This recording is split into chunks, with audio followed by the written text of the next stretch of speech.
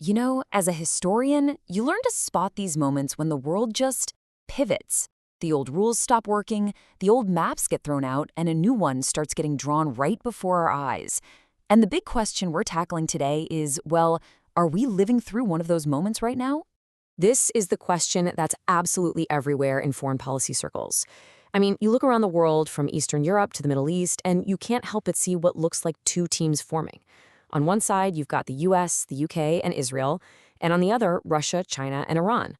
But is this a real lasting thing, or is it just a temporary marriage of convenience? That's exactly what we're going to unpack.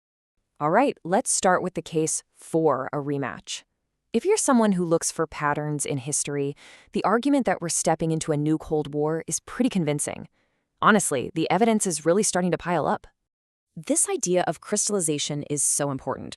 Think about it. For a long time, global relationships have been kind of fluid, right? But the recent conflicts have been like a catalyst, basically forcing countries to pick a side. What used to be just general sympathies are now hardening into solid, real-world blocs. So here's how the two camps basically break down. You've got the US-led bloc, with its traditional allies like the UK and really important partners like Israel. What do they have in common? For the most part, they want to keep the current international system going. And then you've got the challengers, Russia, China, and Iran. They're united by the exact opposite goal. They want to shake up that system and create a world that's a bit more friendly to their autocratic way of doing things. The echoes of the 20th century are pretty loud here, aren't they? I mean, you've got a clear ideological fight. This time it's framed as democracy versus autocracy. You see these proxy wars popping up where the big players back opposite sides. And there's a huge arms race going on, not just with nukes, but in brand new areas like cyberspace and outer space. It all feeds this powerful us versus them story, which was, of course, the signature of the original Cold War. Okay, but, and this is a big but, any historian will tell you that context is everything. History almost never repeats itself perfectly. So now, let's play devil's advocate for a minute and look at the really strong reasons why this is not just Cold War 2.0. The world today is just fundamentally different. The biggest piece of the puzzle? The economy. Back then, the Soviet Union and the West were like two separate planets, economically speaking. Today, we are all deeply, deeply tangled together.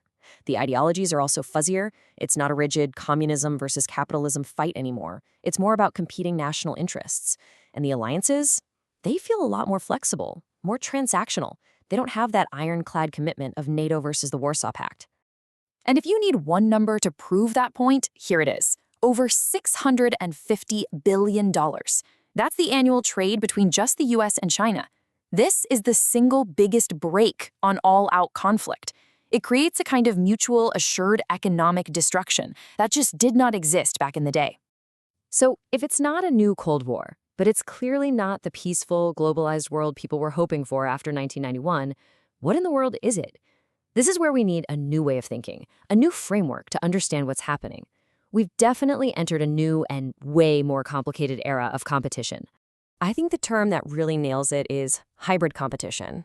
It's this messy, often contradictory situation where you have the sharp rivalry of the past mixed right in with the deep economic connections of the present. It's not a clean fight, it's a tangled, complex web. So what does this actually look like? Well, it means countries are fighting tooth and nail on security issues one day and then turning around to cooperate on something like climate change the next. It means economic tools, things like sanctions, tariffs, who controls what technology, are now the primary weapons. The battlefields aren't just physical anymore, they're digital and informational, fought with things like cyber attacks. And all these other players, from giant tech companies to private military contractors, have a much bigger role than they ever did before. Okay, so with all this in mind, how do you make sense of the headlines you're going to see tomorrow and the day after that? Well, I can't predict the future, but I can give you the key things to watch for. Think of these as the signposts that will tell us where this whole era of hybrid competition is actually headed. First, just watch the alliances. Do these loose partnerships start to look more like formal, treaty-bound blocs, or do they start to crack? Second, follow the money. Are we really seeing a major economic decoupling, or is it mostly just talk? Third, pay close attention to the tech world. Are we going to see a split, like a Western internet and a Chinese-led internet? And finally, and this might be the most important one, watch the global south. The choices made in places like India, Brazil, and South Africa could absolutely tip the balance of power. John F. Kennedy famously called the First Cold War a long twilight struggle. It was a marathon, a decades-long standoff.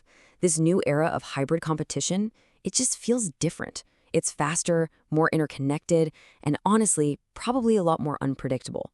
So the question that we're all left with is, what will be the defining story of our time? That's the history that's being written as we speak.